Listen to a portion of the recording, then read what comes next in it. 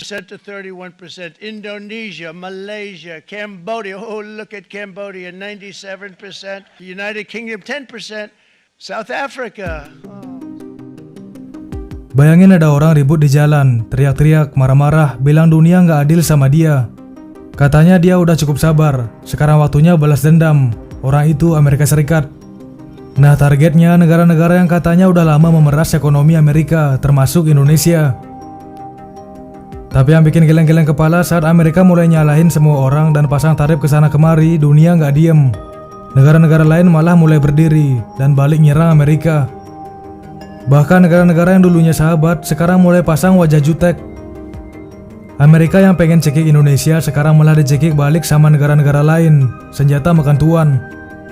Tapi tunggu dulu, di tengah kacauan ini ternyata Indonesia udah siap dari awal. Dan semua langkah antisipasi itu bukan kebetulan. Presiden Prabowo Subianto nggak asal ngerespon. Ternyata udah direncanakan dari lama banget.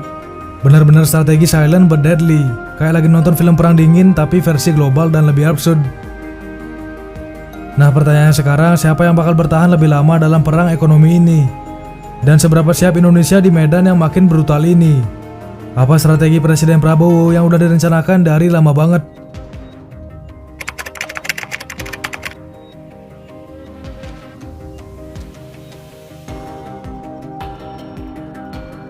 Semua ini udah kayak lagi main catur, tapi lawannya ini bukan sembarang lawan. Dia sombong, suka ngomel sendiri, dan tiap kali kalah langsung nuduh papan catur yang curang. Nah, itulah yang kira-kira terjadi sekarang di dunia nyata, ketika Amerika Serikat lewat Donald Trump memutuskan untuk ngeluarin kebijakan tarif impor besar-besaran, termasuk ke Indonesia. Tapi yang bikin heran, Amerika merasa dizalimi, diperlakukan gak adil, padahal dia yang mulai duluan. Donald Trump baru-baru ini ngumumin tarif impor baru yang gak tanggung-tanggung, 10% tarif universal buat semua negara, dan tarif khusus alias tarif timbal balik yang lebih tinggi buat negara-negara yang dianggap nyakitin perdagangan Amerika Serikat. Katanya sih ini demi kemerdekaan ekonomi Amerika, tapi tunggu dulu, Indonesia nggak kena 10% doang, kita kena 32%. Gila nggak tuh? Bahkan Cina aja cuma kena 34%, Malaysia kena 24%, Kamboja 49%, Vietnam 46%, Thailand 36%, hampir semua negara Asia Tenggara disikat habis. Dan Amerika ngeluarin kebijakan ini dengan percaya diri, bilang pabrik-pabrik di Amerika Serikat akan bermunculan lagi, pekerjaan bakal kembali ke rakyat Amerika. Trump bahkan tampil di podium dengan sebuah bagan gede, berjudul tarif timbal balik. Isinya 3 kolom, daftar negara, berapa persen mereka kenakan tarif ke Amerika Serikat, dan seberapa besar tarif yang bakal dibales sama Amerika. Ini udah kayak ngasih nilai raport ke dunia, tapi bedanya murid-muridnya langsung melempar balik kapur ke gurunya. Nah, kemudian apakah kenyataannya semudah itu?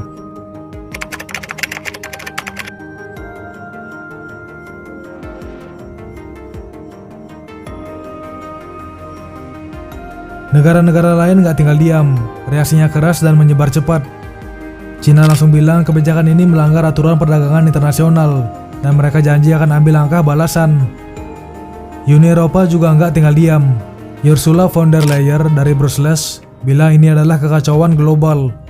Nggak ada ketertiban, semua jadi seperti zona perang perdagangan. Jerman sebagai negara industri besar juga angkat suara. Asosiasi Industri Otomotif dan Kimia Jerman menilai kebijakan ini akan menciptakan lebih banyak pihak yang kalah dan meminta Uni Eropa bertindak dengan kekuatan sambil tetap membuka ruang negosiasi.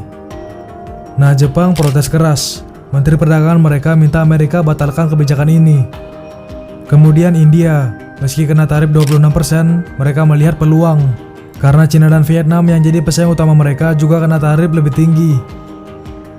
Nah, Kanada ini mungkin reaksi yang paling belak-belakan. Perdana Menteri Mark Carney bilang, kebijakan ini bukan cuma nyakitin negara lain, tapi justru merugikan Amerika Serikat sendiri. Dia bilang Trump seolah lupa bahwa dunia ini terhubung, dan kalau dia nendang satu meja makan, semua piring bakal jatuh, termasuk punya dia sendiri. Brazil lebih dari sekedar ngomel, mereka langsung bikin undang-undang timbal balik ekonomi untuk bisa balas dendam kalau diperlukan. Apalagi Brazil itu eksportir baja terbesar kedua ke Amerika Serikat setelah Kanada. Jadi waktu tarif itu diumumin, mereka langsung ambil ancang-ancang, gak cuma marah tapi nyiapin peluru buat tembakan balasan. Kemudian Australia merasa dihianati. Perdana Menteri Anthony Albanese bilang, tarif 10% itu bukan tindakan seorang teman.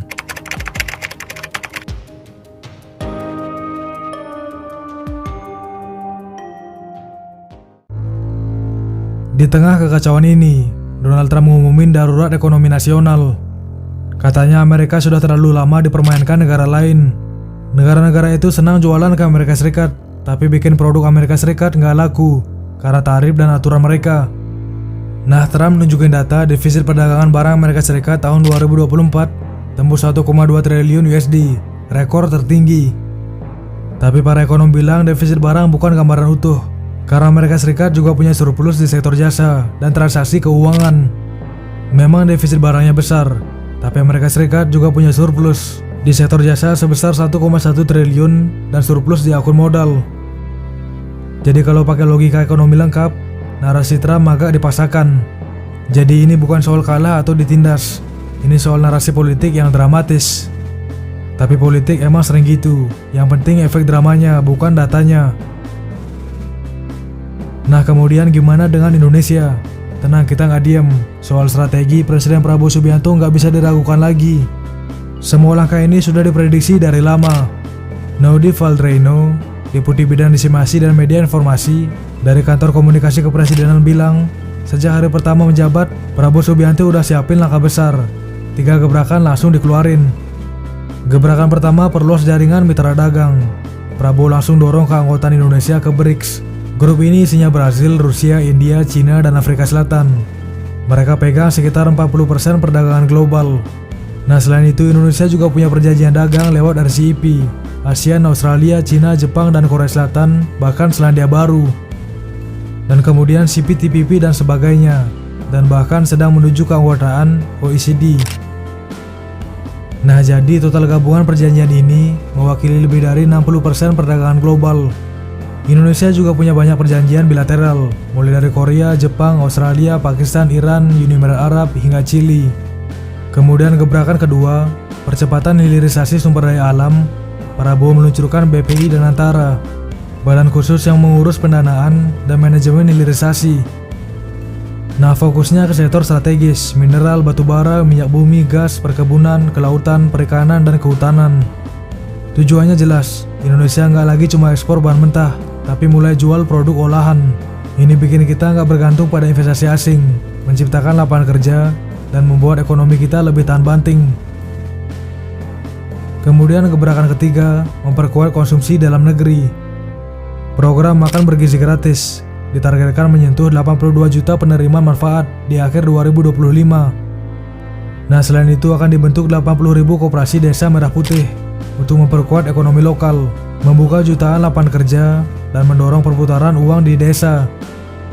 Ini penting, karena konsumsi rumah tangga mencakup 54% dari PDB Indonesia. Dengan memperkuat daya beli rakyat, Indonesia bisa makin mandiri secara ekonomi. Semua ini bikin posisi Indonesia makin kuat. Nah, kalau satu pintu ditutup Amerika Serikat, kita udah siap masuk lewat banyak jendela. Dulu mungkin Amerika bisa ancam dunia sendirian. Nah, sekarang dunia punya koalisi tandingan. Dan kalau Amerika pengen main keras, dunia udah siap main keras juga.